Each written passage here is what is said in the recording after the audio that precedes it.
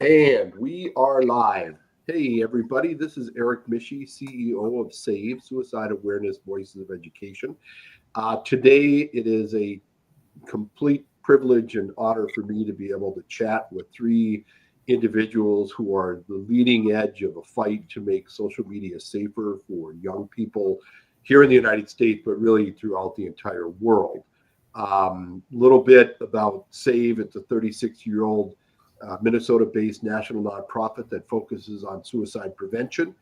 And we've had the privilege to be able to work with these three leaders on a number of different initiatives, including the Kids Online Safety Act, working on focusing on state-based age-appropriate design code bills, and also now warning label legislation that's been introduced in almost a half a dozen states across the country, which was part of the impetus behind the launching of the Kids campaign, Keep It Digitally Safe, which is a global campaign contest asking people to submit their ideas for what warning labels could look like on social media platforms, on public service campaigns, and to make sure that we're raising awareness about the harms that are out there on social media throughout the world. And so, with that, I want to welcome Bridgette, Maurine, and Erin to the conversation. And Bridgette, maybe we'll start with you. Maybe introduce yourself a little bit about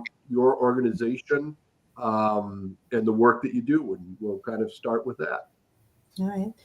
Thank you, Eric. Hi, Maureen. Hi, Erin. It's always nice to see you ladies and everyone. And my name is Bridgette Norring. I lost my son, Devin Norring, at the age of 19 to fentanyl poisoning. He went on Snapchat and purchased what he believed to was a Percocet. It turned out to be 100% illicit fentanyl, and it killed him. So 2 years ago, we founded the Devin J. Norring Foundation, but we've been doing this advocacy work since Devin died. Our main goal is to raise awareness and educate our communities to the fentanyl poisoning epidemic that nobody was talking about, and also to, fight for the changes necessary where social media is concerned. So we do support COSA, the Cooper Davis Devin Norring Act, the warning labels on social media, the age-appropriate design codes, anything and everything to keep our kids safe online. Thank you for that. Maureen. Sure. Thanks, Eric. And it's always lovely to see Bridgette and Erin. I'm Maurine Molak from Texas, and I formed David's Legacy Foundation with my husband and my two sons after our 16-year-old son, David, died by suicide after months of relentless and devastating cyberbullying on Instagram by a group of classmates that were targeting him about his looks, his mental health, threatening him with about going back to school, put him in a body bag, put him 6 feet under, put him in a coffin. This went on for months, to the point to where we had to change schools to get him away from his perpetrators.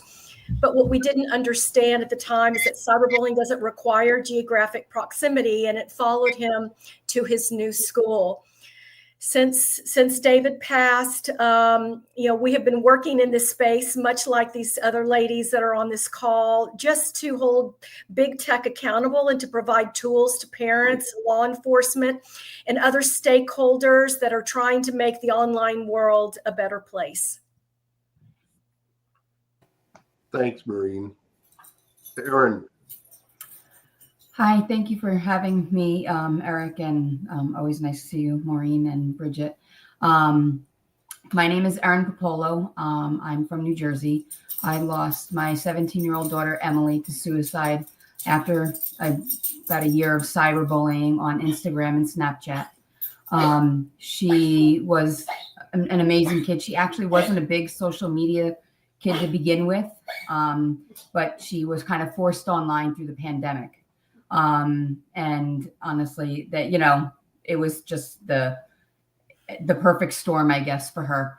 And unfortunately, I ended up making and, founding Emmy's Champions in her memory, and joining Parents SOS and Maureen and Bridgette in the fight to keep these kids safe online, because I tried my damnedest for her to help her navigate social media.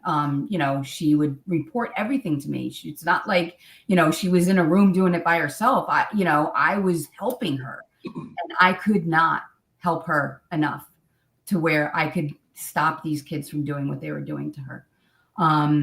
And it's unfortunately, this is a fight that I think that everyone needs to be involved in. Parents, schools, teachers, kids even, which I think is amazing that we're throwing this out the kids campaign to the kids. Let them earn a scholarship to help us warn people that this is not a safe product. These kids are not safe. You cannot just hand your kid, a phone and say, okay, here, have at it, because you wouldn't do that with any other product. So, thank you, Eric, for starting this conversation and for, having us come and talk about it, because it's really, really, really important and much, much needed. Well, and I appreciate all of the work you're doing, that everybody's doing. And I want to talk a little bit. Let's start a little bit about, all of you, my organization, and hundreds of other organizations have been working on, you've all been on this fight for a lot longer than SAVE, but the part of I think what happens sometimes is we can get into a bubble. Folks, those of us who are aware of harms, right? Those who have lived these harms, right?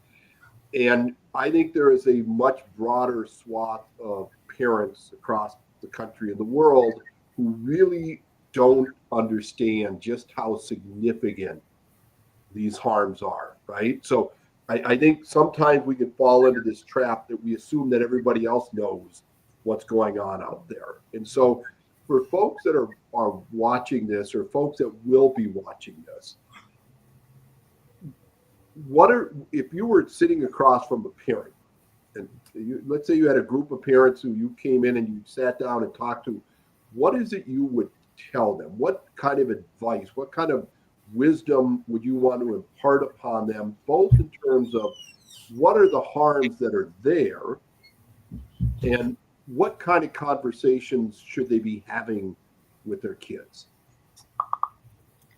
I'll start on that. I think the first thing is that we have to have very difficult conversations with kids at a much earlier age than what we're having today. Kids are experiencing various harms from overuse, compulsive use, which is something I can personally understand. David had a very unhealthy relationship with technology because of his compulsive use of social media and online gaming. So if you think about it, the more time you spend on a platform, the higher your chances are of experiencing an additional harm. So understanding that what can happen when there's compulsive use that leads to anxiety and depression, and it puts our kids at higher risk. I agree with Maureen. I know for us, we had all the talks with our kids about social media etiquette. Don't do this, don't do that. Whatever you put out there's never going to go away, But our biggest thing is with the fentanyl poisoning epidemic, we had no idea. I mean, we knew kids were selling marijuana, but we had no idea that it had progressed to these fake pills. And so once, unfortunately, we learned after it was too late. And then through the course of helping with the investigation in Devin's case, we started seeing these dealers who were also kids that Devin had actually gone to school with. And the mass amount of quantities that they would put up on there, it's just ridiculous. But I would just say, have those conversations. They are hard, but they are necessary. And don't think that this can't happen to your kid, because it certainly could. I think that's the biggest thing, is that a lot of parents, I think, have that, well, it's not going to be my kid. Mm-hmm. I thought it wasn't going to be my kid. And here I am sitting here having this conversation with you people. The parents need to know that these kids have immature brains. Their brains don't develop till they're 25. And so when you're handing them these devices at 14, 15, 16, 17 years old, that gives them access to everything that they could possibly want. You're also giving access to everything that's out there to your child. And that is so important, because you have to understand that not everybody is good, unfortunately. I think there's few of us who have, really good intentions, but there's a lot of people who don't have good intentions. And I think it's really important that parents understand and have these conversations with these kids, because, we know parents who their kids get into what they think is a relationship online in hours die by suicide because it was a sextortionist. Hours. That's all it takes is hours. Because their brains aren't developed. They think that once one thing goes wrong, that's the end of the world.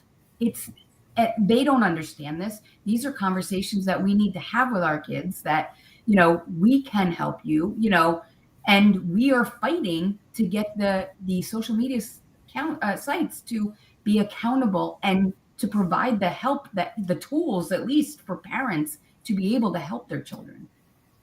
So I want to stick with this conversation a little bit more, because the idea of talking to your kids about it, right? So one, you got to have that conversation, but we also know that kids oftentimes are embarrassed, right? Oftentimes are worried they're going to get in trouble. As a kid growing up, my parents would tell me that if you go to a party and you have too much to drink, you call us and we'll come pick you up. We're not gonna get mad at. They get mad at me a couple days later, but we're gonna. So there was never this idea that I was going to be stigmatized at that moment, right? And so let's chat a little bit about that, because I know that so there's a Netflix series called Adolescence, right, that talks about this concept of adolescent brain development, and you've got to talk to your kids. But what advice and recommendations would you give to parents about how do they talk to their kids? Is it talking to them? Is it listening to them? What are some of your thoughts and recommendations about how to begin that conversation so that those kids know that this isn't about getting in trouble with mom or dad? This is about mom and dad being their ally and their advocate, and that anytime there's some harm that they're experiencing on social media, that they know that there's a safe place for them to go. I would say, not talk at them, but have that open-ended conversation, like, hey, I was in the store today and I heard this was happening. What do you know about that? And then listen, because I found, even with doing our own advocacy work, with working with the young adults, if we just give them that platform and really listen, they have a lot to say. And I know in the beginning of us doing what we were doing, we were thinking about quitting. And it was the teens in our town that said, don't stop, because you're the only one listening to us. Mm-hmm. You're the only one hearing us. You're the only one doing anything to help us. And so just have those open-ended questions, like, what are you seeing? What are you, have you seen this? Are you experiencing this? Do you know anybody who's going through this? And then listen. I know as parents, we tend to, jump into hyper overdrive sometimes, like try to, well, this is what I would do, kind of give them some guidance on, but let them kind of steer the ship on that one. I think it's huge. I would just add to that, sometimes it's just hard to even just start that conversation. Mm-hmm. So if you can say something that you love about your child and open it up and just set the tone for the conversation, because you're going to have it's going to be a difficult topic depending on what you're talking about. And also making sure that your child, much like what you said, Eric, about come to me if you've been drinking at a party, we'll come pick you up. It's like, no matter what you experience online, what you say or you do online, you can always come to me and I will love you through it. We will help you get through anything that you experience online, and hopefully your child will start and realize that you are their safe place and that they can come to you no matter what. I agree with both, with both of them. I think that, having the hard conversations is important. And, but listening, not just speaking at them and not telling them what to do, but giving them the space to say, hey, you know what, Mom, this is hard.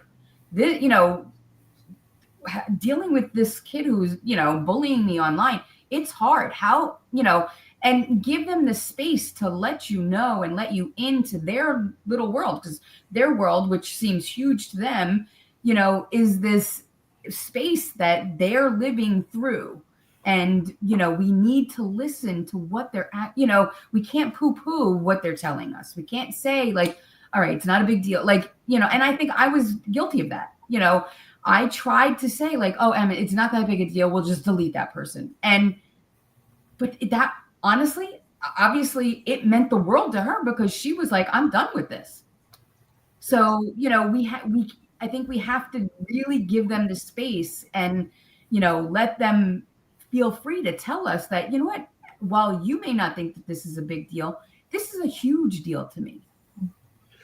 So I want to talk a little, kind of pivot a little bit to the work that you're all doing, because this kind of plays into this conversation a little bit. You have the critics of folks that are promoting bills like Kids Online Safety Act and Age Appropriate Design Code. The critics who say, you know what, this is a parent issue. Parents are supposed to be taking care of this. This isn't big tech. The big tech it's about free speech, and parents have got to be actively involved and take care of this. What's your reaction to that? Because I will tell you I'm telling you what you know, but what I hear often from the critics of all of our collective efforts is, this isn't something you need to legislate. Parents should just do their job. You mean like Zach Lilly from Net Choice? Like all of them. Whatever tech group they're from in. the hearing this week? Yeah. Yes. I'll just say, this is not a fair fight, right? No. Parents can't keep up. And we're not saying parents get a pass. None of us had a pass. We had conversations. We had, safety features on our phones. We did everything that we could with the amount of information that we had available to us at the time. What we're saying is that right now, there is no responsibility for these social media companies to protect and safeguard young people. So there needs to be legislation in place, because we've given them ample time to do this and they have chosen not to.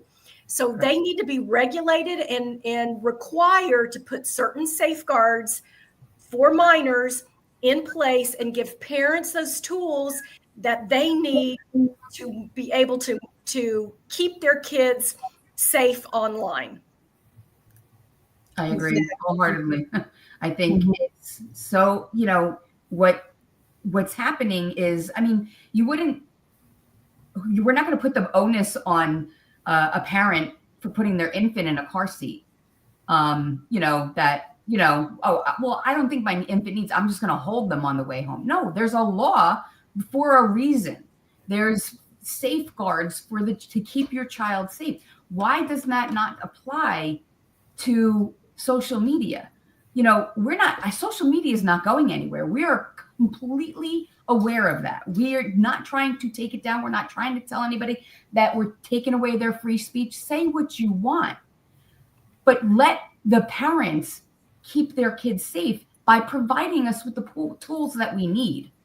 They won't even provide us with the tools that we need. You can't report anything to Instagram and Snapchat.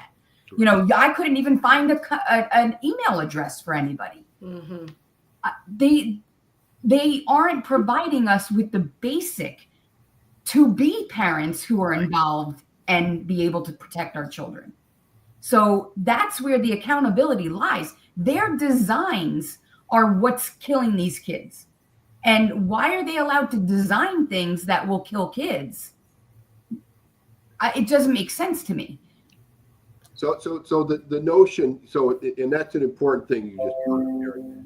Nobody's efforts here on the folks that are on this call or any of the groups that we've been involved with are looking to censor the social media, looking to take it away.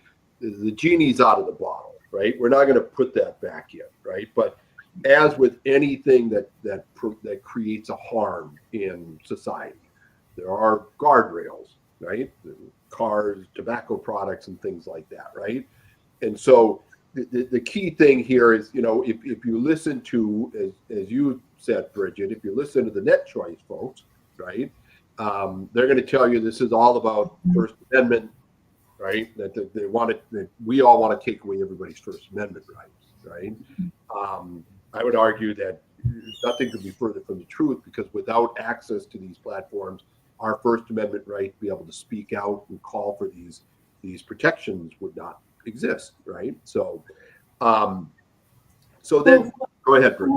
Well, what does the First Amendment right have to do with selling illicit drugs on these platforms? I mean, the whole First Amendment argument, especially on this bill that you and I and Tabitha worked together on this week, with the social media warning labels. Where's the First Amendment violation? Where does that come into play? It's such an old and tired argument. Come up with some new material. Nobody's trying to censor it. Nobody's trying to, I mean, we saw it just this week in our house testimony. One of our house reps, he read the warning label on the Monster can. There's warning labels on everything. Yeah. That doesn't violate the First Amendment speech. So come up with some new material, Mr. Lilly. That's all I have to say. I'm just gonna call them out. I'm so tired of playing nice with them. This is about saving kids. This is about the guardrails. I was getting notifications from Snapchat on my phone. I got a new phone. It took me over 5 minutes to figure out how to shut them off. I would close out of one notification, and less than a half a second later, a new one popped up. So-and-so posted it. And it was recurring. All hours, no end in sight. It was frustrating as a parent. I'm just thinking, how, just stop. So I'm going to pivot here to the campaign, the warning label, and talk about that a little bit. Before we do, though, Bridgette, a question that I have so that parents understand this piece of it. So when we talk about people being able to buy fentanyl on Snapchat, share with people how that actually happens, right? So that when somebody purchases these illegal drugs on these platforms, what's the physical transaction that has that illegal drug end up in the hands of the person like your son? Well, it was delivered right to our door, and we didn't even know it. So, I mean, they were advertising it. They put up, stories all day long, advertising the pills, the different, and it was crazy. And they were big bags, and I got perks, I got Molly's, I got Xanax, I got Adderall, everything under the sun, they had it. And then, that opens up the communication. And then, it bridges into other apps like Cash App. You can pay through there. And then the next thing you know, they're meeting you at a park. They're meeting you at your home. Most of these kids are dying in their homes. So they come right to the house, unbeknownst to parents. And that's what happened to Devin. And, these kids, it's so hard because we lost so many kids here to the same alleged dealers in the months and years after Devin. And it was until they finally got caught on a federal charge to hold them and keep them behind bars where they belong. So the transaction here, just again, for parents and others who might be wondering, how does this happen? I mean, this isn't all that complicated, right? It's literally that, and that's what makes it even more pernicious, right? That's what makes this all even more troubling, is that This isn't some complex process where somebody might buy some drug on Snapchat and that there's some complex process of delivery. Literally, somebody will come to your door and say, here it is. You can use Snap Map, you can use slang words, you can use emojis, everything and anything under the sun you can put into the search, and if it's there, it will connect our kids to these people selling these drugs. So last summer, the U.S. Surgeon General at the time called for warning labels on social media platforms. The argument being any other product that we have that's legal, that if it causes harm, it creates a harm, we label the risk. And we know that social media has created a level of risk and harms that require us to address it by putting warning labels on social media platforms. And so collectively, we're all involved with this campaign called Kids Keep It Digitally Safe, which is a global campaign contest asking young people and others to submit their ideas for warning labels that could be on social media platforms. And we're going to have 3 winners who can get a scholarship of $5,000, $3,000, or $2,000. And I'm done with the marketing and branding of that campaign at the moment. Now, I want to talk about, why do you each think it's important that there be warning labels, knowing that you've got the critics who are saying they don't work? Why does it matter? It creates friction, right? So it's an opportunity for somebody to pause and really think about their behavior. If they have to click a box to say that they acknowledge this, or read it, or however it's designed, right? So there's flexibility in how the states are saying that these warning labels need to be designed. But we just need to provide another tool in the toolbox. Like, there is not one piece of legislation out there that's going to address all of the harms and all of what we're experiencing online. But every single little piece of legislation is adding up to the toolbox that we're all begging for in order to be able to parent our children online. And that's an important point here, because from my perspective, warning labels are not the end-all be-all solution, right? This campaign isn't intended to communicate that the only solution or the most effective solution is to slap a warning label on a platform. But as each of you knows painfully well, is that making sure that parents, particularly parents and trusted adults, are aware of what harms are out there and active every single place. There is not a safe social media platform anywhere in the world. People need to understand that, right? There is not, people say, well, Pinterest, okay, you know what? Doesn't matter. There isn't a singularly safe platform anywhere in the world that someone can't get to your kid and cause harm. Do you all agree with that? I agree with that. Yep. Wholeheartedly. And so, given that, it doesn't matter what the platform is. It doesn't matter what the platform does. It doesn't matter whether kids are using Instagram more than they're using Facebook. Each one of these platforms have been proven to create a harm out there. And so, as you talk to people, right, Maurine, you testified on the bill in Texas. What's the message that people need to understand about why do warning labels matter in the context of that extra tool in the toolbox?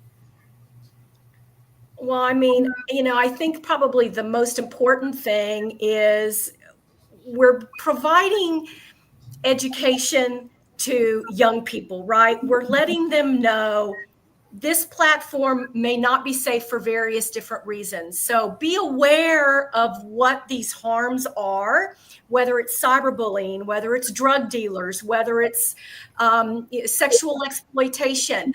I guarantee you, every single young person, when we have 93% of young people are on social media and average of more than 5 hours a day, they are experiencing some type of harm, maybe not directly, but they're seeing it happen to somebody else. So providing that opportunity for kids to be aware of what those harms are and then to know what to do once they see those harms, that's what we have to do when we're educating in the schools and in our communities. I agree. I think that the just having the kids be involved in this to just make them aware. And so, like Maureen said, if they have to click a box that says, okay, I'm aware that I may be exposed to X, Y, and Z. Some kids are naive. Emily was naive. She was one of probably the most naive people out there. And she thought everybody wanted to be her friend. And so if at least you warn these kids before they're getting on these platforms that, hey, just keep an eye out, because not everybody wants to be your friend. Not everybody is a safe place. At least if you bring that to the forefront as they're getting on, I just feel like it can't hurt. It can only help. Yeah. And that's what we need to start to help these kids little by little by little. It's not going to be one thing that helps, we just fix it. We're not going to just fix it. But we need to start taking steps little by little that can help these kids. So, as I said at the beginning of this conversation, this half hour is going to go wicked fast. So we're kind of coming to the end of the half hour. But I this is really important as we kind of wrap this up a little bit, because before I got in the nonprofit world, I spent about 3 decades in local, state, and national government and politics and public policy. I tell people my penance for all those years is leading my nonprofit, and for those of us who are Catholics, trying to get out of purgatory here for all those years. But the message that parents need to hear is that, one, they need to talk to their kids, they need to listen to their kids. But there's another really important part here, which is what each of you are doing, which is going out and actively engaged in advocacy and trying to change laws and pass laws. And parents need to know that as much as you all have been leading that effort, they need to get involved in this too.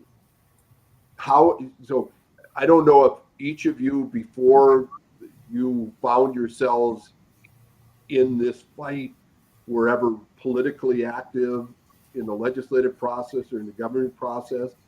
But if you weren't, what would you tell parents about why it is important for them to get involved in this, whether or not they think their kid or they themselves have been directly impacted at this point? How critically important is it for parents to step up here? I think at the end of the day, every single one of us was just a mom. Mm-hmm. And we all found ourselves in the same spot.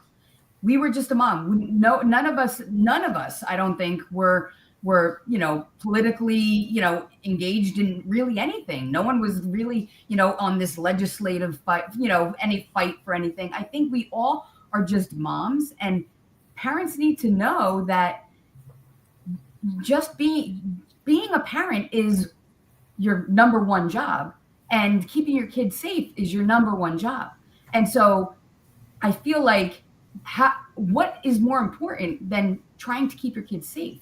Here is a way that you can get involved to keep your kids safe.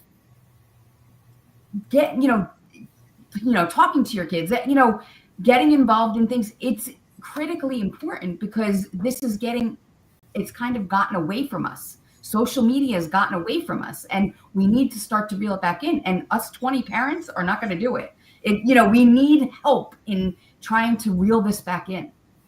And I would just say too, just from my own experience and actually sitting down and meeting with Snapchat executives, and even just being in the political space now and hearing like the arguments of big tech, it always falls back on us as the parents. It's always our fault. You should have been better monitoring your children. You should have been doing this. You should have been doing that. But at the end of the day, it's like, but you're allowing it on your platforms. I can't even tell you how many times we reported these dealers in our town, or even the bullying in our town. We've reported it, and either it comes back as, oh, there's no violation of our standards. Well, at this point, I don't think any of these social media companies even know what their own standards are. They don't have standards. They put their profits, use our kids as guinea pigs above anything else. And that's the way it's going to continue until we do make the change. And, we're out there fighting. Our kids were hurt, killed. We're out there fighting so that no other family has to be standing next to us on this journey, because it sucks. It sucks. I'll add to that with, a lot of people ask me that question, like, were you involved in politics before you started this? And I'll say, the only thing I ever did was vote. Yeah. And that's what's so important, right? Is we need to realize that these people that we have voted in, they work for us. We are their constituents, and they need to hear from you. If you care about this topic, you can pick up the phone. It takes less than 2 minutes to make a phone call and let them know. You don't even have to know anything about a specific bill. All you need to say is, I care about online child safety, and I want to know what you are doing to help keep kids safe online. That's all you have to say. And then let them know. They will record it. They know how many people call in. You can send them an email if you don't want to make the phone call. But we've got to let those people that are representing us in Congress and in our state legislatures that this matters, and we need them to do something right now. There is no time to waste, because more kids are dying every day that we don't do anything about online safety. Hear, hear. And this is one of those issues that cuts across bipartisan, right? I mean, it cuts across party lines. This is not a red state, a blue state, a purple state issue. Kids from all political parties, all ideologies are suffering. All demographics. Right? Everyone. Human issue. It's about being human. Yes. Yeah. I had a conversation earlier this week with a woman by the name of Confidence Hossein, who's the head of kids internet safety in Africa, who the same issues that we're dealing with here, they're dealing with in Africa. They're dealing with in Australia. They're dealing, right?